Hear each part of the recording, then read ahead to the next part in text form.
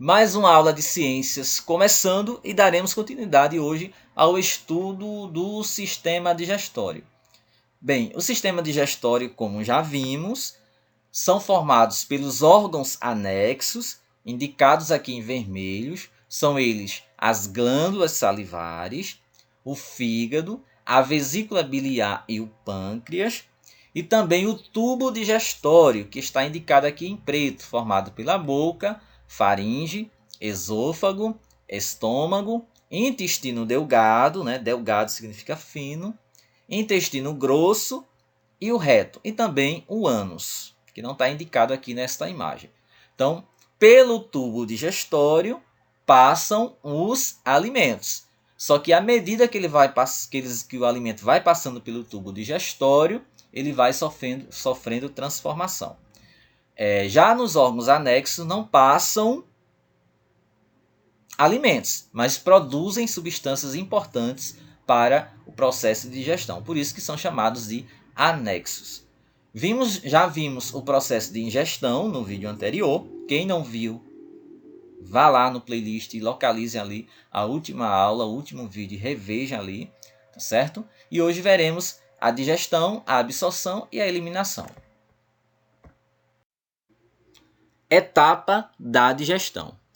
Digestão é o desmonte, é a quebra das partículas grandes dos alimentos em partículas menores que possam ser absorvidas pelo organismo.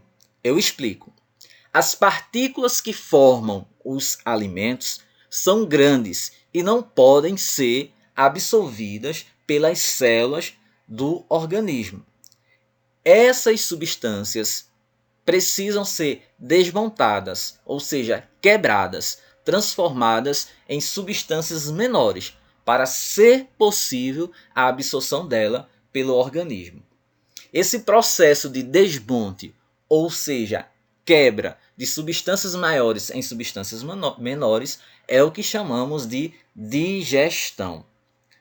A digestão das substâncias inicia na boca.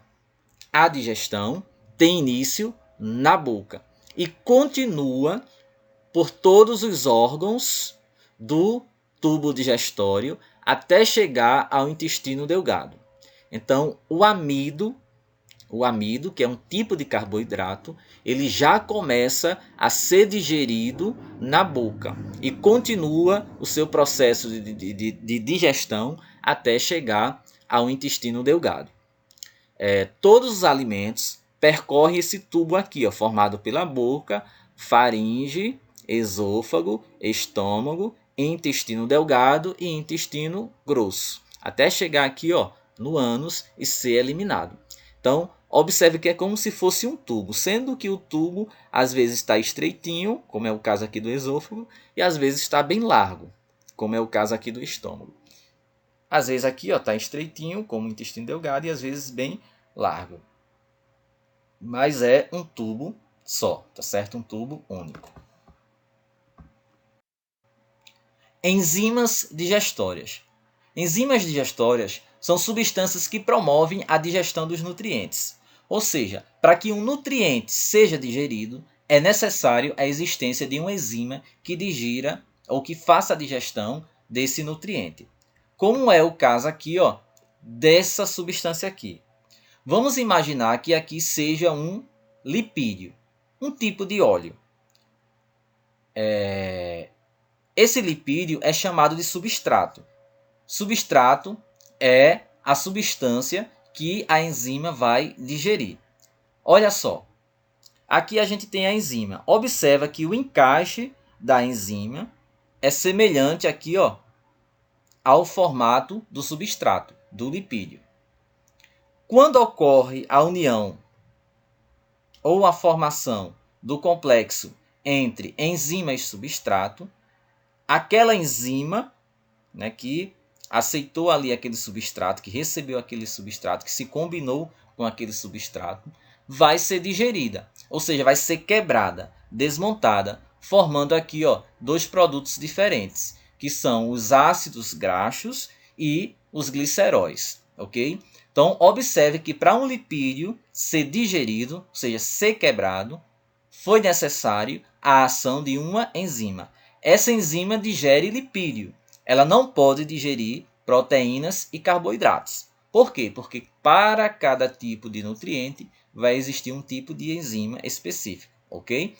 O funcionamento de uma enzima é semelhante ao funcionamento de uma chave e um cadeado, aonde a chave representa a enzima e a fechadura do cadeado representa o substrato, ou seja, a substância que vai ser digerida.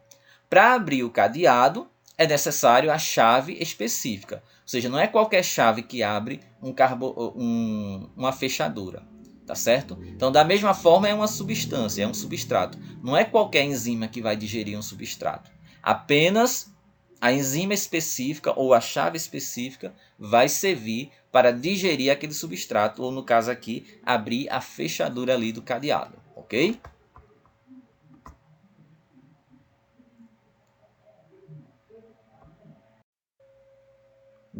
Bem, e quais são os órgãos do sistema digestório responsáveis pela produção das enzimas? São vários, entre eles as glândulas salivares. As glândulas salivares, como o próprio nome já denuncia, já indica, produzem a saliva. A saliva contém uma enzima chamada amilase. Amilase. Essa amilase é a enzima que digere o amido. Você vai conhecer que o nome da substância é uma enzima pela terminação aqui, ó, ase. E até mesmo pelo início da palavra indica o tipo de substância. Amido, ami. Então já indica o tipo de substância que vai ser digerida. E a terminação ase já indica que é um tipo de enzima, tá certo? Então a saliva vai produzir, vai conter uma enzima chamada amilase ou amilase salivar, que vai digerir o amido. É por isso que o amido começa a ser digerido na boca. Por quê? Porque na boca vai existir a saliva e misturado com a saliva vai ter a amilase, que o alvo da amilase é digerir amido, transformar ele em substâncias menores. O amido não consegue atravessar a membrana das células do intestino, como a gente vai ver mais na frente. Ele precisa ser desmontado, quebrado, digerido. Então, quem digere ele? A amilase, ok? Também o suco gástrico, olha ele aqui, ó, gástrico, é produzido pelo estômago, a parede do estômago, as células que formam a superfície interna do estômago, produz o suco gástrico, um suco, uma mistura de substâncias chamada suco gástrico, e misturado com esse suco temos enzimas que digerem proteínas em aminoácidos. Olha só, quando uma proteína é desmontada ou digerida, ela forma diversas partículas chamadas de aminoácidos. Diversas partículas de aminoácidos se unem e formam proteínas. Então, quando uma proteína é desmontada, então vai gerar vários aminoácidos. As proteínas têm um tamanho grande, então precisam ser digeridas, tá certo? Já os aminoácidos, né, que foram originados ali da digestão das proteínas, possuem um tamanho menor, então podem ser absorvidas pelo intestino, ok? Então aqui ó, o suco gástrico produz enzimas que digerem proteínas, enquanto os carboidratos, como é o caso aqui ó, do amido, começa a ser digerido na boca, as proteínas começam a ser digeridas aonde? No estômago. No estômago. Por quê? No estômago. Porque é lá que vai ser produzidas as enzimas que digerem elas, ok? Outros órgãos que também produzem enzimas são o pâncreas e o duodeno. Eles liberam enzimas.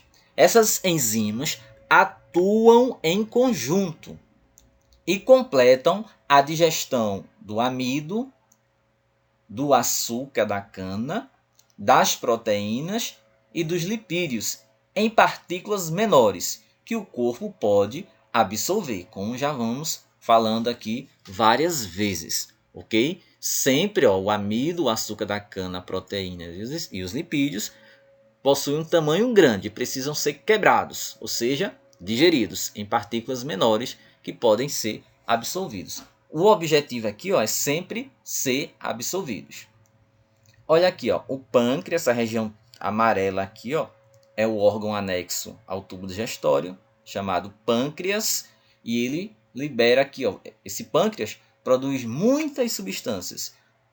E umas dessas substâncias, ou algumas dessas substâncias, são enzimas. Essa região aqui, pertence ao intestino delgado. É a região do duodeno.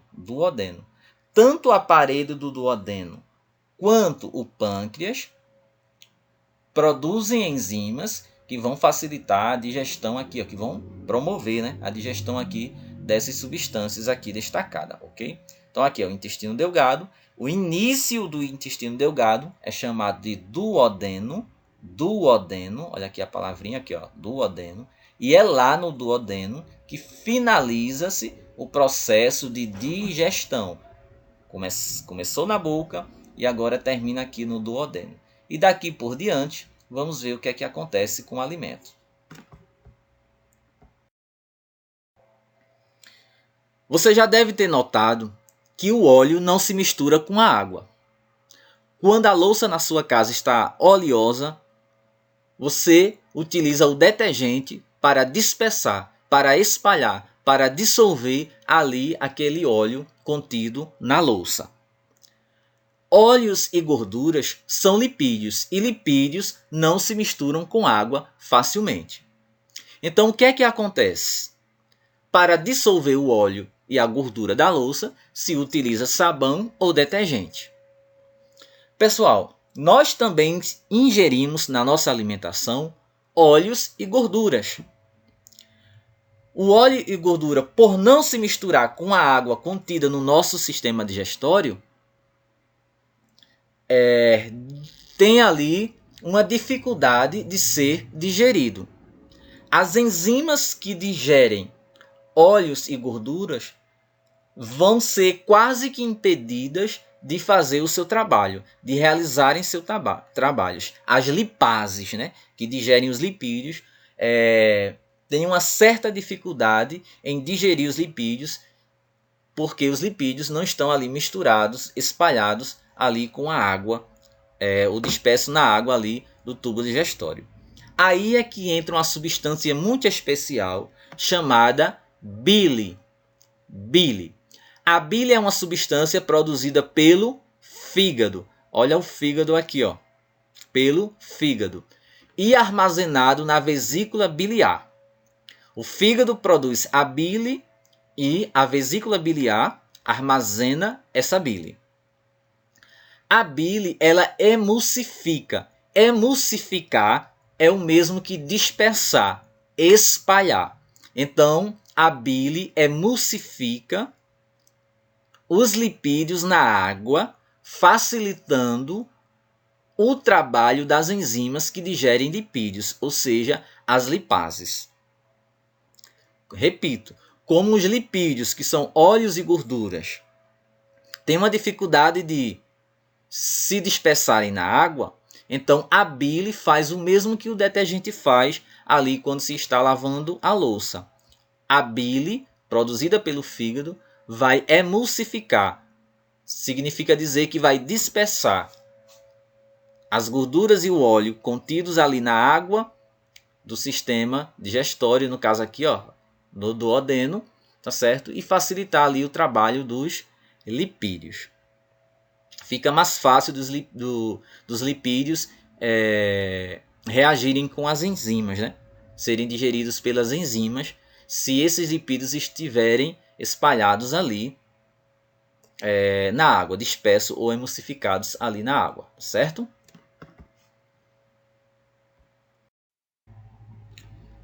Movimentos peristálticos ou peristaltismos são os movimentos realizados pelos músculos dos órgãos do tubo digestório que empurram ou movimentam os alimentos.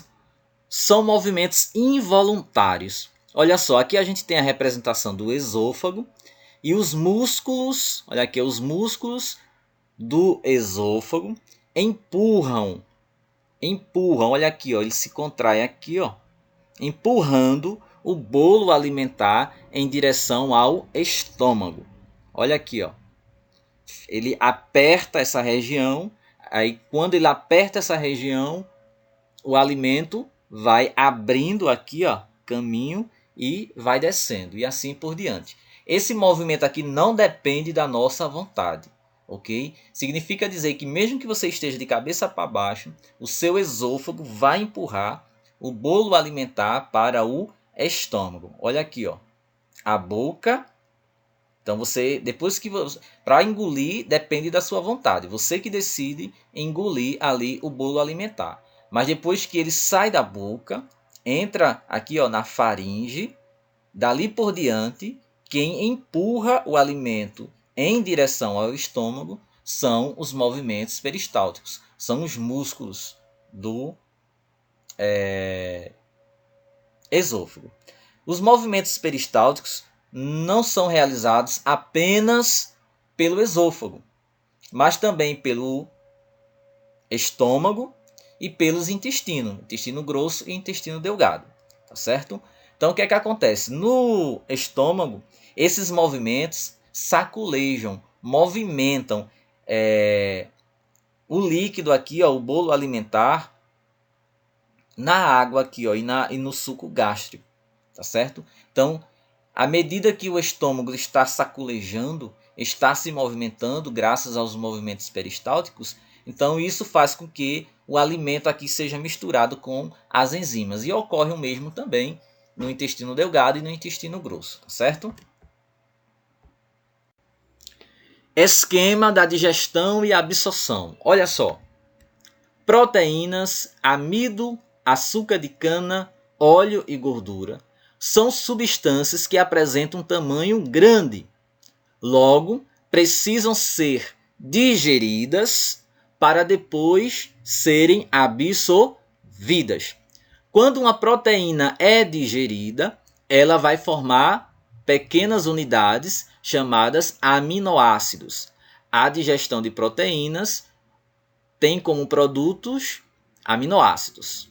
O amido, que é um carboidrato, o açúcar, que também é um carboidrato, quando passam pelo processo de digestão, irão ser transformados em carboidratos menos complexos, menores. Tanto o amido quanto o açúcar são carboidratos, mas quando digeridos, formam carboidratos de tamanhos menores, ok? Óleos e gorduras, que são lipídios, quando digeridos, formarão glicerol e ácidos graxos. Lipídios precisam ser digeridos para poderem ser absorvidos. Já os minerais e vitaminas não precisam ser digeridos. Elas são absorvidos sem serem digeridos, porque já apresentam um tamanho bom para serem absorvidos. Já as fibras da dieta não são digeridas e nem são absorvidas, como já falado em vídeos anteriores, ok? Depois da etapa da digestão, vem a etapa da absorção, que ocorre principalmente no intestino delgado, naquela região após o duodeno. Gente, aqui a gente tem a localização do intestino delgado. A imagem aqui foi ampliada e se observa que a superfície do intestino delgado é toda rugosa. E essas rugas aqui, ó, são chamadas de vilosidades. São milhões de vilosidades presentes ali na superfície interna do intestino delgado. E aqui, ó, foi ampliado a imagem de uma única vilosidade. E observando aqui uma vilosidade, vemos que por ela passam vasos sanguíneos. Esses vasos sanguíneos precisam passar pelo intestino delgado, ou seja, pelas vilosidades, para recolherem as substâncias contidas ali no intestino delgado, aquelas que foram digeridas e aquelas que também não precisaram ser digeridas. Por quê? Porque o sangue ele vai recolher essas substâncias, esses nutrientes absorvidos e distribuí-los por todas as partes do corpo. E depois, em outro vídeo, eu explico o porquê, tá certo? Então, olha só. Cada vilosidade é formada por milhões e milhões de células. Essas células apresentam as estruturas aqui, ó, olha elas aqui, ó, bem no finalzinho. Aqui é a ampliação da célula. Aqui a gente tem a célula e aqui a gente tem uma, ou aliás, 3 dessas células ampliadas, aumentadas seu tamanho. E observa-se que ela apresenta essas vilosidades. São nessas vilosidades que as substâncias contidas ali serão absorvidas, ou seja, elas atravessam essas células, tá certo? E entram na corrente sanguínea, ou seja, dentro do sangue, dentro dos vasos sanguíneos, para serem distribuídos para todas as partes do corpo. Então, os sais minerais, as vitaminas, os aminoácidos, a glicose são absorvidas aqui, ó, pelas microvilosidades, são transferidas para dentro do sangue e daí por diante vai ser distribuído para todas as partes do corpo. Então o corpo vai ter materiais, né, para fazer ali os reparos, para o crescimento e também para a liberação de energia, como é o caso da glicose, ok? Bem, a formação das fezes.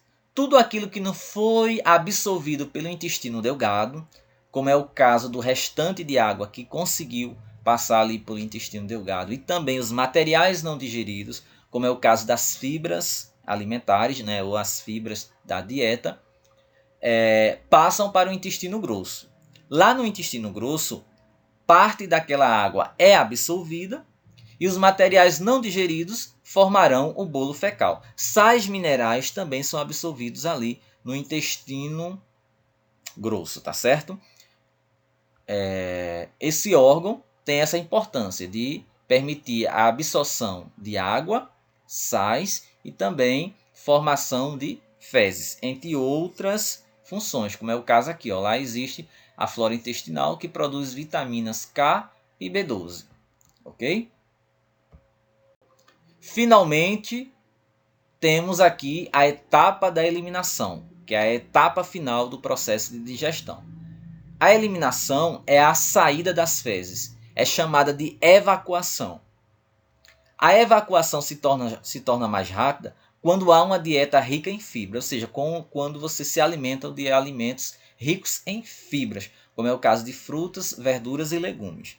Caso contrário, se você não tiver uma alimentação rica em fibras, pode ocorrer ali a prisão de ventre, que é a retenção das fezes ali no final do intestino grosso. E quanto mais tempo as fezes ficam ali no intestino grosso, mais duras ela vai ficar. Por quê?